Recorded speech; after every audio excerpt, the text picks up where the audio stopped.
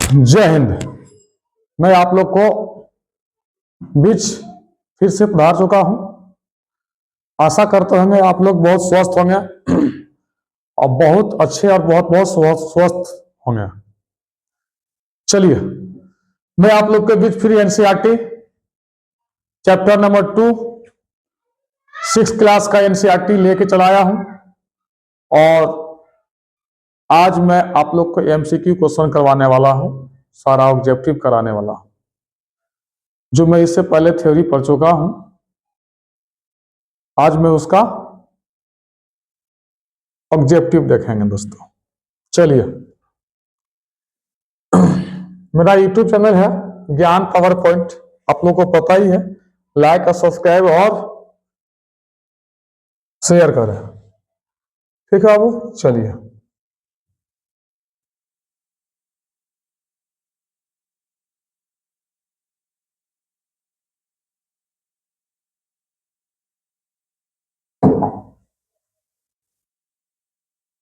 हमारा एनसीईआरटी चल रहा है, ठीक है। क्लास 6 का साइंस चैप्टर नंबर 2। आज हम लोग उसका एमसीक्यू देखेंगे दोस्तों, ठीक है।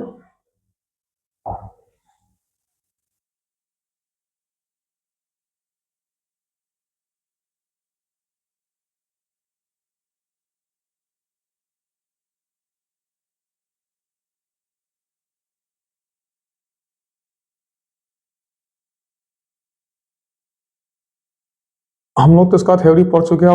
वस्तुओं के समूह बनाना, कैसे समूह बनाना है, हम सब इसको पढ़ चुके हैं बेहतर तरीका से।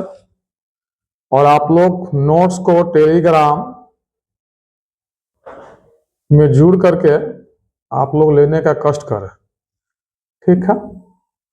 या तो अपने कॉपी कलम लेकर के नोट्स बनाइए, ठीक है। वस्तुओं के समूह बनाना पार्ट 2 का हम लोग मल्टीप्लाई चॉइस क्वेश्चन हम लोग हल करने वाले हैं दोस्तों, ठीक है। बहुत बेहतर सब्जेक्ट, साइंस बहुत इंटरेस्टिंग सब्जेक्ट है बाबू।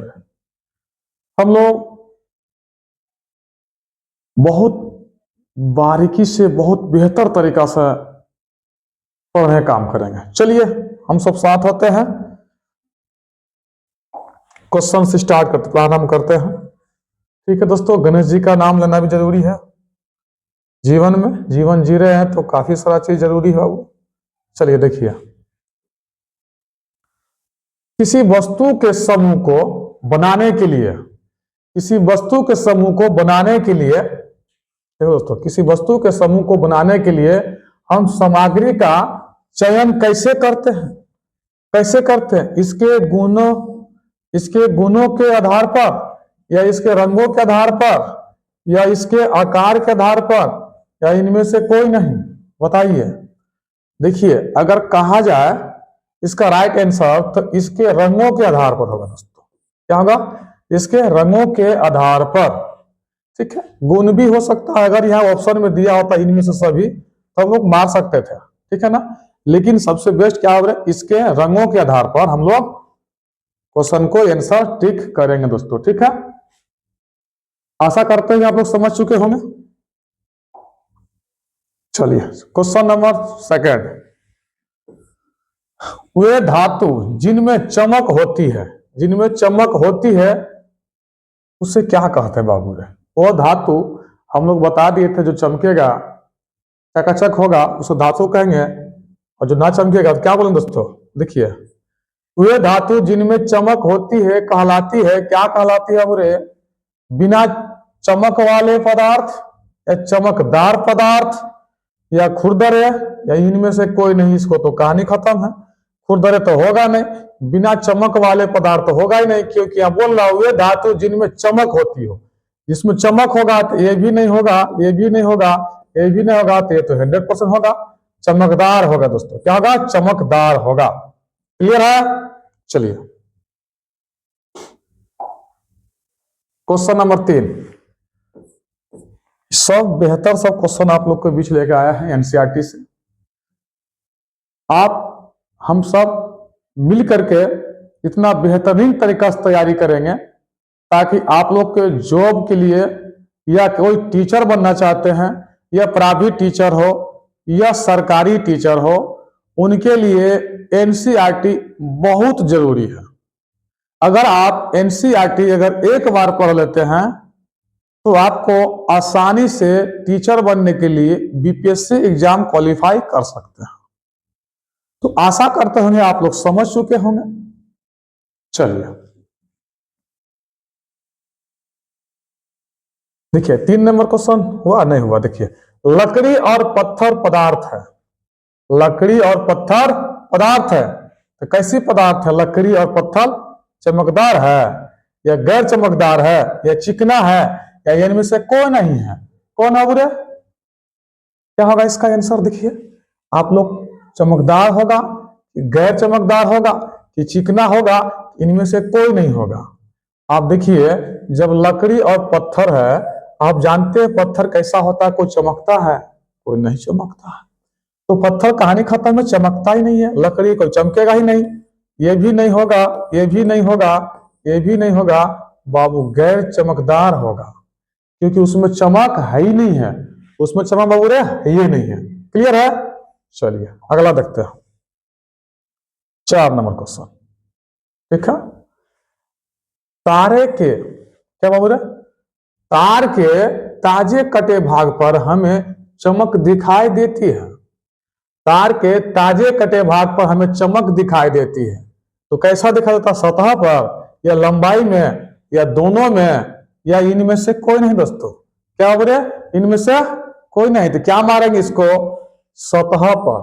जो तार, कोई भी तार को काटते हम लोग है, तो देखिएगा तार का सतह पे अब क्या होता है? तार सतह पे चमक होता है। 4 नंबर क्वेश्चन में तार के ताजे कटे भाग पर, अगर कोई तार, कोई इलेक्ट्रिशियन अगर किसी तार को कटिंग करते हैं तो तुरंत देखिएगा उस वक्त माथा पे क्या दिखा देगा बुरे? चमकदार दिखाई देगा। किस पर? सतह पर। किसका बुरे? सतह पर। क्लियर है? चलिए पानी में घुलने वाला पदार्थ। अब बताइए ये बहुत कितना बढ़िया क्वेश्चन है, कितना इजी है। पानी में घुलने वाला पदार्थ क्या है बुरे? पानी में क्या? रेत घुलेगा या चौक घुलेगा या मोम घुलेगा या चीनी घुलेगा? अब बताइए, हम बताए थे रेत कभी पानी में नहीं मिलता है, चौक भी नहीं मिल सकता है, मोम तो होगा ही नहीं। क्या? चीनी। चीनी बाबू रे पानी के घोल में मिल जाएगा। अगर हम लोग किसी अगर बर्तन में लेकर के चीनी को पानी में मिला दिया जाए, तो अगर उसको मिला देंगे तो पता ही नहीं चलेगा इसमें चीनी है या पानी में क्या मिक्स है। चलेगा भी पता, तो ऑटोमेटिक देखने लगेगा पानी। इसलिए चीनी को पानी में मिलाएंगे तो मिल जाएगा, चीनी को नमक, सॉरी, अगर नमक को पानी में मिलाएंगे तो भी मिल जाएगा। चलिए बाबू देखिए नेक्स्ट क्वेश्चन देखते हैं। ठीक है, क्वेश्चन नंबर 6। जलीय जंतु पानी में कैसे जीवित रहते हैं? जल का जो कोई जंतु है, जलीय जंतु पानी में कैसे जीवित रहता है? अगर कोई जल का जीव है, कोई जल में रहने वाला कोई जीव है, तो पानी में कैसे रहता है? क्या उससे ऑक्सीजन मिल पाता है या नहीं मिल पाता है? देखेंगे। पानी में घुली ऑक्सीजन गैस के कारण या पानी में घुली कार्बन डाइऑक्साइड गैस के कारण? और इसका 2 ऑप्शन दोस्तों वहां होगा। चलिए देखिए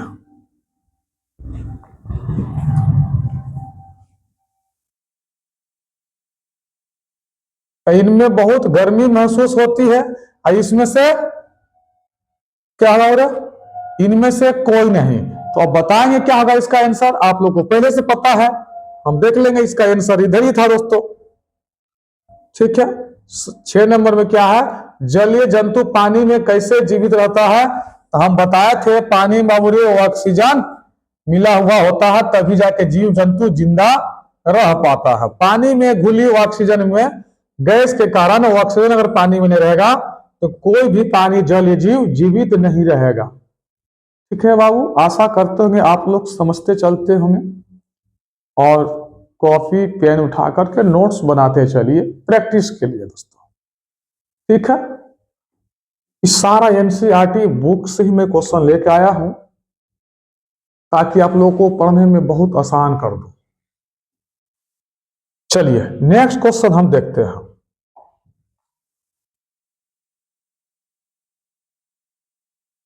क्वेश्चन नंबर 7 क्या हो रहा है? क्वेश्चन नंबर 7 देखिए,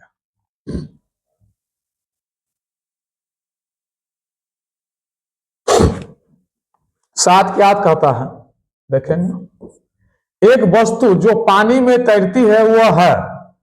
पानी में क्या तैर सकता बाबू रे? क्या लकड़ी या चीनी या लोहे के कील या इनमें से कोई नहीं।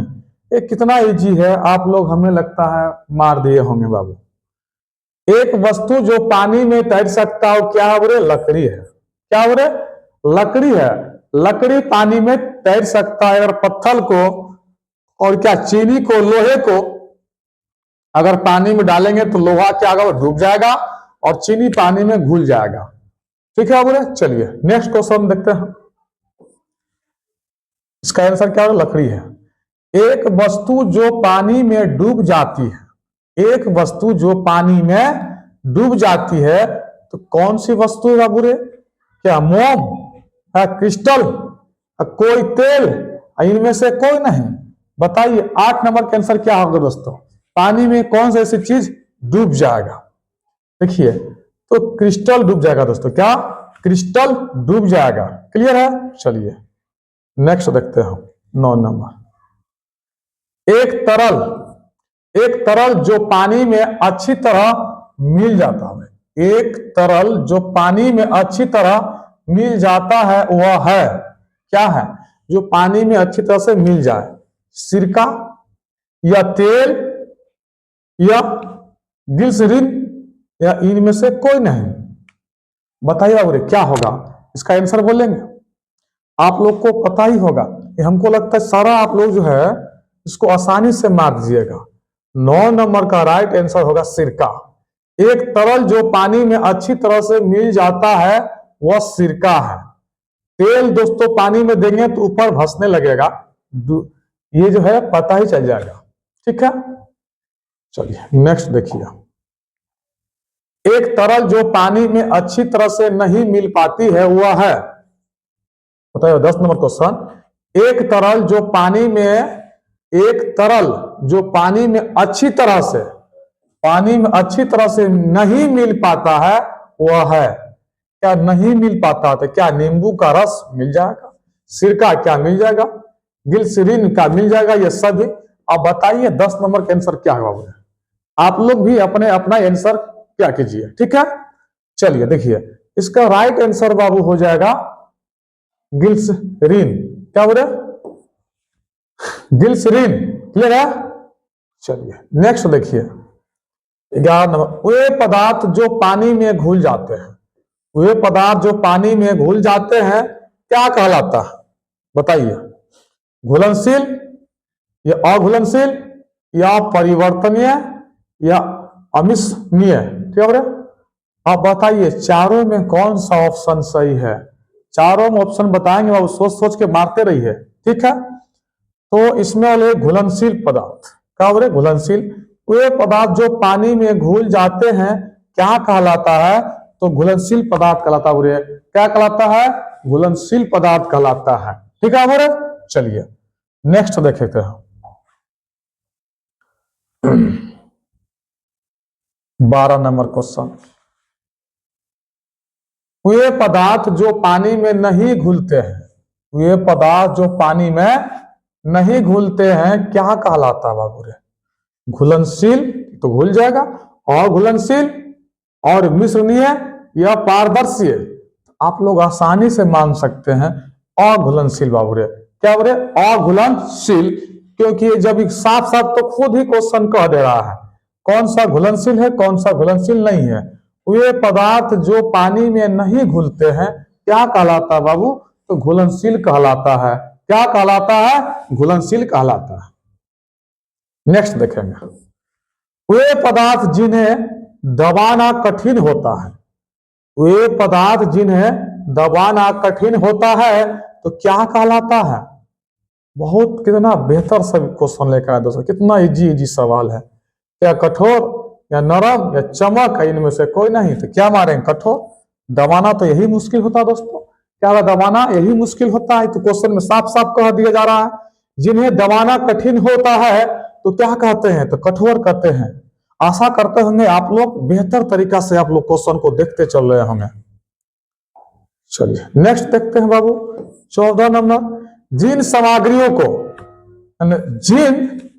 सामग्रियों को आसानी से दबाया जा सकता है वे है, जिसको हम लोग आसानी से दबा सकते हैं बाबू, आसानी से जो है ना उसको दाबेंगे उड़ जाएगा, हर जगह यूज कर सके। क्या कठोर को आसानी से दबा सकेंगे? नहीं। नरम को या चमक को? इनमें से कोई नहीं। तो नरम को आसानी से हम लोग दबा सकते हैं। कोई भी नरम वस्तु हो या नरम पदार्थ हो, नरम चीज हो, उससे हम सब आसानी से उसे दबा सकते हैं बाबू। क्लियर है? चलिए नेक्स्ट क्वेश्चन देखते हैं। Question number 15। वे तरल पदार्थ जो पानी के साथ अच्छी तरह मिल जाते हैं, वे तरल पदार्थ जो पानी के साथ अच्छी तरह मिल जाते हैं, क्या कहते हैं? जो अच्छी तरह से मिल जाएगा, मिश्रणीय या अमिश्रणीय या पारदर्शी या अपारदर्शी? तो दोनों कहानी खत्म है, इसका तो खेले खत्म बाबू। तो मिश्रणीय ना होगा कि अमिश्रणीय होगा? बताओ रे, जल्दी बताइए इसका आंसर। सोचते रहिए और मारते रहिए और हमारे YouTube चैनल को लाइक और सब्सक्राइब करते रहिए। अगर आपकी आसपास कोई बच्ची और बच्चे पढ़ना चाहते हो, NCERT नौकरी की तैयारी करना चाहते हो, या 6, 7, 8, 9 में जो भी बच्चे पढ़ रहे हैं, उससे ये बहुत अच्छा जानकारी प्राप्त करवा देगा। आशा करते होंगे आप लोग बहुत बेहतर तरीका से नोट्स बना रहे होंगे बाबू। चलिए देखिए इसका राइट आंसर क्या हो रहा है? मिश्रणीय। 16वें तरल पदार्थ जो पानी के साथ अच्छी तरह नहीं मिल पाते हैं, उन्हें क्या कहा जाता है? वे तरल पदार्थ जो पानी के साथ अच्छी तरह नहीं मिल पाते हैं, उन्हें क्या कहते हैं? मिश्रणीय कहते हैं या अमिश्रणीय कहते हैं, अपारदर्शी और पारदर्शी? नहीं है बाबू, क्या इसमें नहीं है? क्वेश्चन नहीं है और इसमें अच्छी तरह से मिल रहा था, इसमें नहीं है, तो क्या नहीं है? मिश्रणीय तो नहीं है, अमिश्रणीय होगा बोले। क्या अमिश्रणीय? क्लियर है? ख नंबर आंसर 16 का क्या बोले? ख नंबर आंसर। चलिए देखिए क्वेश्चन नंबर 17 लेकर आ रहे हैं आपके बीच। वे पदार्थ या सामग्रियां जिनके आर पार चीजें देखी जा सकती है, क्या कहलाते हैं बाबू? इसको बहुत बढ़िया से आपको हम समझाए थे। इसको आर पार देख सके हम लोग उसको पारदर्शी कहलाएंगे बाबू रे। पारदर्शी कहते हैं, अपारदर्शी तो नहीं होगा, पारदर्शी। क्या बोले? पारदर्शी, पारभासी, इनमें से कोई नहीं। बताइए इसको क्या मारेगा? 17 का क्या मारेंगे? ख मारेंगे। 17 का ख। ठीक है। अपारदर्शी का मतलब नहीं देख सकते हैं, पारदर्शी का मतलब देख सकते हैं। ठीक है वो। चलिए 18 नंबर क्वेश्चन। वे पदार्थ जिनके आर पार हम देख नहीं पाते, तो उसे क्या कहते हैं? वे पदार्थ जिन्हें हम आर पार नहीं देख पाते बाबू, तो क्या कहते हैं? बताइएगा। आप बताइए। पारदर्शी, आर पार नहीं देख सकते हैं, पारभासी या अपारदर्शी? अपारदर्शी होगा। पारदर्शी तो आर पार देख सकते हैं और पारभासी बाबू क्या होगा? ये थोड़ा थोड़ा दिखाई दे सकता है। तेल में भींगा हुआ पेपर ले लीजिए, या आप कोई भी पेपर को पानी में डुबा के ले लीजिए, तो हल्का फल्का आगे थोड़ा सा दिखाई देता है। लेकिन ये पारदर्शी है जो बाबू रे, अपारदर्शी, इससे कुछ भी दिखाई नहीं देता है। जैसे गत्ता, लकड़ी, अगर ये सब चीज से दीवार के इस पार से उस पार देखना चाहेंगे तो नहीं देख पाएंगे बाबू। ठीक है। चलिए आशा करते होंगे आप लोग 18 नंबर तक हमारे साथ अच्छी तरह से देख रहे होंगे। चलिए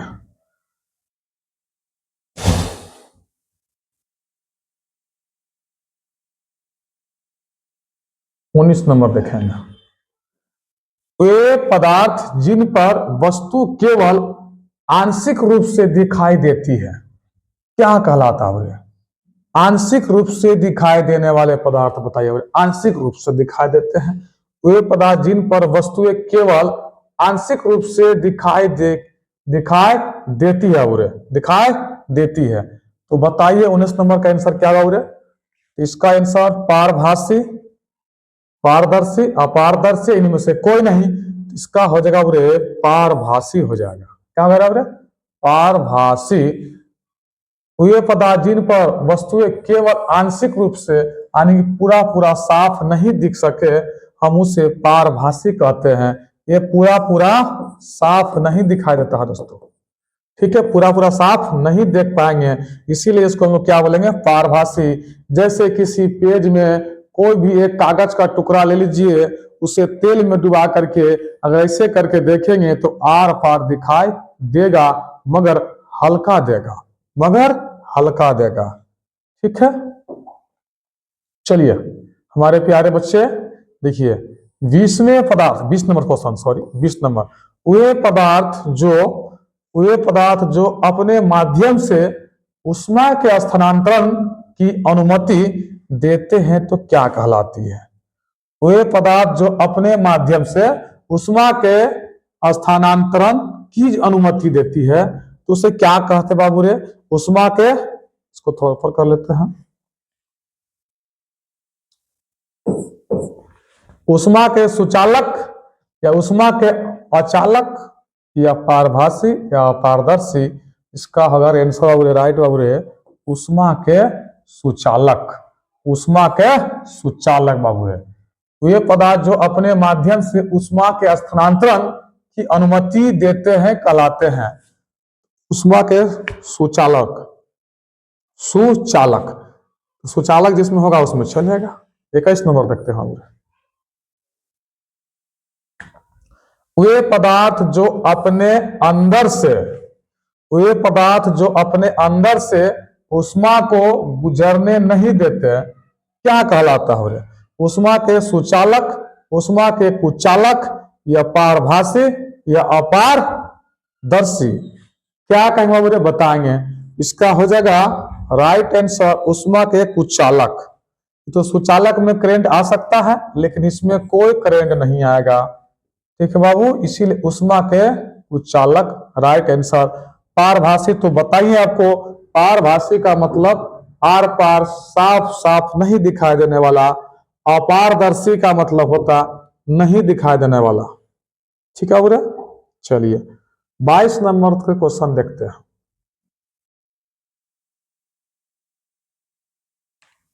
सभी वस्तुओं के अलग अलग होते हैं, सभी वस्तुओं के अलग अलग होते हैं तो क्या होते हैं? आकार, रंग या गुण या सभी?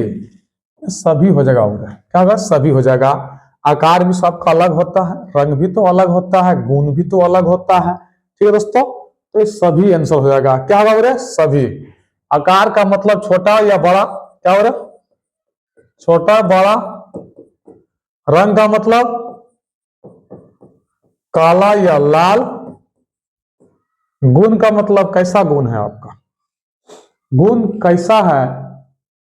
बढ़िया गुण है, खराब गुण है, किसी के सामने झूठ बोलने का गुण है, या नमक ज्यादा है या मीठा ज्यादा है, गुण कैसा है?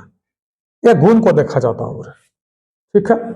आशा करते होंगे जो आप लोग साथ साथ क्वेश्चन को निपटारे जा रहे होंगे।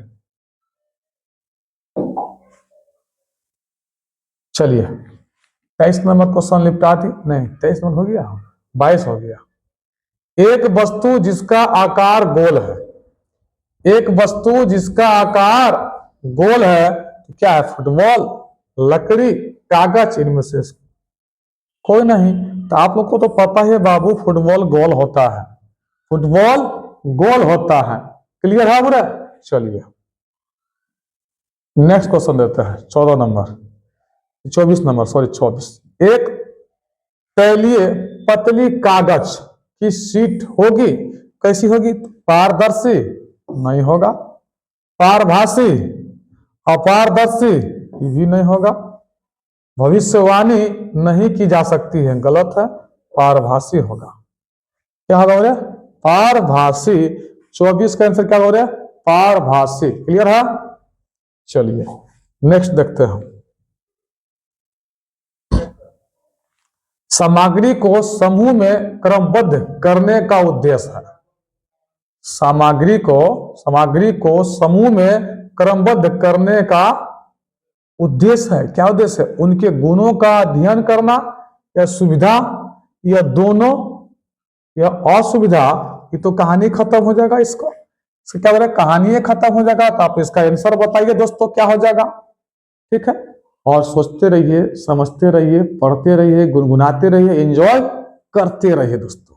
ठीक है, चलिए, तो इनके गुणों का अध्ययन करना, ठीक है, क्या कहलाता है, उनके गुणों का अध्ययन करना या सुविधा, ये दोनों, तो दोनों होगा, क्या होगा, दोनों हो जाएगा। उनके गुण का भी तो अध्ययन करेंगे और सुविधा भी तो देखेंगे। ठीक है दोस्तों, चलिए अब नेक्स्ट चलते हैं 26 नंबर। क्या बोले, 26 नंबर क्वेश्चन। अब भागते कहाँ हैं जी, इधर आइए ना, काहे के लिए यहां से वहां तड़प रहे हैं। निम्नलिखित में से किसका रंग लाल भूरा है।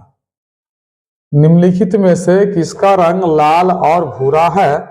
सोना का, तांबा का, लोहा का, पित्तल का। बताइए किसका लाल और भूरा रंग है। बताइए बोले किसका होगा। क्या सोना का होगा, तांबा का होगा, नहीं लोहा का होगा। लोहा का। निम्नलिखित में से किसका रंग लाल और भूरा होगा, तो लोहा का। निम्नलिखित में से कौन सा पानी में अघुलनशील है। पानी में अघुलनशील, जो नहीं घुलेगा। अल्कोहल, सोडियम क्लोराइड, नारियल तेल या चीनी। अब बताइए पानी में कौन सा, क्या क्वेश्चन, निम्न में से कौन सा पानी में अघुलनशील है। पानी में अघुलनशील है बाबू रे, अघुलनशील। अघुलनशील की बात करेंगे, अल्कोहल नहीं, सोडियम क्लोराइड नहीं, नारियल तेल। नारियल का तेल जो देगा बोले तो नहीं घुलेगा। ठीक है, ये घुलेगा ही नहीं, भसना स्टार्ट कर देगा। ये सब तो मिल जाएगा, घुल जाएगा। चलिए, निम्नलिखित में से कौन सा पानी में घुलनशील नहीं है। पानी में घुलनशील नहीं है, पानी में नहीं घुल सकता है। हल्दी पाउडर, और बताइए साधारण नमक या फिटकिरी, या सभी घुलनशील, या सभी घुलनशील है। क्या बोले, बताइए क्या होगा आंसर। पानी में घुलनशील नहीं है, बताइए पानी में घुलनशील नहीं है। अब उसका आंसर क्या मारिएगा, मारिए। ठीक है, तो क्या होगा, हमको लगता है इसका हल्दी होगा, क्या हो जाएगा। निम्नलिखित में से कौन सा पानी में घुलनशील नहीं है। 28 का आंसर बताइए, अब क्या होगा रे। हमें लगता है हल्दी होगा, हल्दी होगा, नहीं। चलिए, हल्दी पाउडर, ये क्या हो रहा, घुलनशील नहीं है। ये घुलनशील है, नहीं है। हल्दी का पाउडर देगा तो नहीं घुलेगा, वो अपने रंग में, अपने आकार में बदल देगा। हल्दी जो है, जो अपना रंग है उसका, उसमें असली रंग में आ जाएगा। 29 नंबर क्वेश्चन देखिए।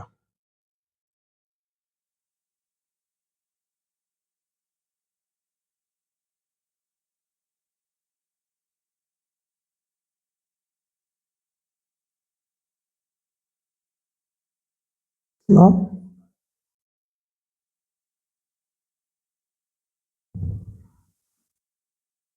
हो गया जी।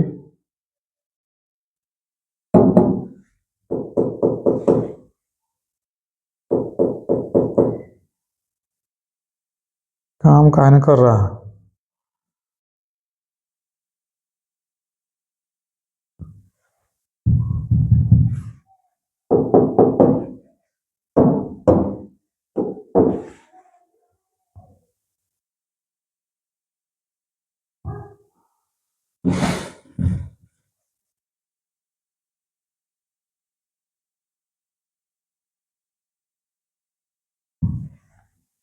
हो गया जी।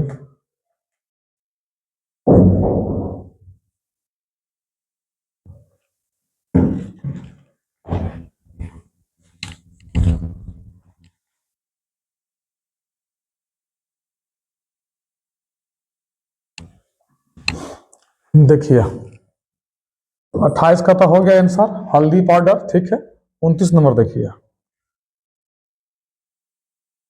कौन सी वस्तु चमकती है।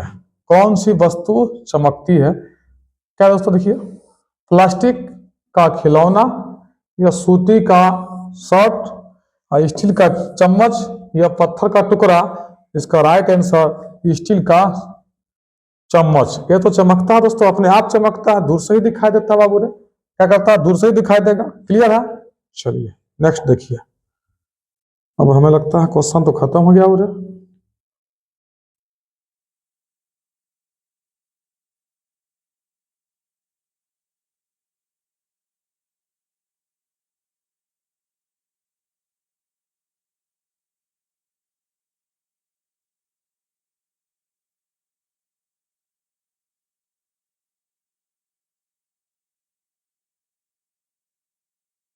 चलिए देखिए, एक देख लीजिए लास्ट क्वेश्चन।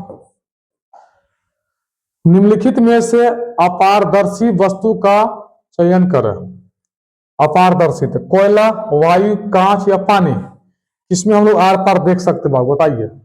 इसमें हम लोग देख सकते हैं, क्या बोलते हैं, निम्नलिखित में से अपारदर्शी है। अपारदर्शी है, क्या हो रहा है, अपारदर्शी है। इधर आइए, इधर आइए, इधर आइए, इधर बाबू रे। अपारदर्शी वस्तु का चयन कर। अपारदर्शी, अपारदर्शी है तो कौन सा होगा, तो कोयला हो जाएगा। इसको हम लोग आर पार नहीं देख सकते हैं। पारदर्शी होता तो आर पार देख सकते हैं, लेकिन बोलता है अपारदर्शी, तो कोयला। ठीक है, चलिए। वायु है, हवा, कांच में देख सकते हैं, पानी में तो देख सकते हैं, वायु में देख सकते हैं, लेकिन कोयला में क्या देख सकते हैं, नहीं देख सकते हैं। ठीक है, आज 30 क्वेश्चन आज तक खत्म रहा दोस्तों। तो हम आशा करेंगे कि आप लोग बहुत बेहतर तरीका से हमारे साथ इतना देर तक बने रहें। और आप लोग को बहुत बहुत धन्यवाद जो मेरा वीडियो को आप लोग देखते हैं और शेयर कर रहे हैं और लाइक और सब्सक्राइब कर रहे हैं। दोस्तों आप लोग का बहुत बहुत धन्यवाद। और मैं यही कहना चाहता हूं, आप लोग दिल और दिमाग से दोनों लगाकर पढ़िए बाबू। एक बार एनसीईआरटी अगर पढ़ लिया तो हमें नहीं लगता किसी प्रकार की नौकरी को तैयारी करने के लिए समस्या होगी। इसीलिए एक बार अपने आप को झोंक दीजिए, 6 महीने के लिए किसी कमरे में बंद कर लीजिए, तभी कुछ बेहतर कर पाएंगे। और नहीं तो बहुत सारे लोग क्या करते रहे, 2 दिन 4 दिन बाबू रूटीन लाइन बनाएंगे, पढ़ने का सिस्टम बनाते हैं, फिर पढ़ नहीं पाते हैं, उस पर अमल नहीं कर पाते हैं। इसीलिए मैं कहता हूं आप लोग एक टाइम टेबल बनाने के चक्कर में मत पड़िए। जब नींद आए तब सोइए, जब दिल जगे तब पढ़िए, समझ के पढ़िए। लेकिन नहीं तो रात को 12 बजे से लेकर सवेरे तक पढ़िए ना, इलाज का एकदम पढ़ा के आराम से सोचिए, फिर मस्ती से दिन भर एंजॉय के साथ। रात ड्यूटी, नाइट ड्यूटी लगा दीजिए। अगर जिसका घर में दिक्कत समस्या है तो लगा दीजिए नाइट ड्यूटी। चलिए, मेरा ज्ञान पावर पॉइंट यूट्यूब चैनल है, आप लोग उसको लाइक और सब्सक्राइब और शेयर जरूर करें। ठीक है, जय हिंद।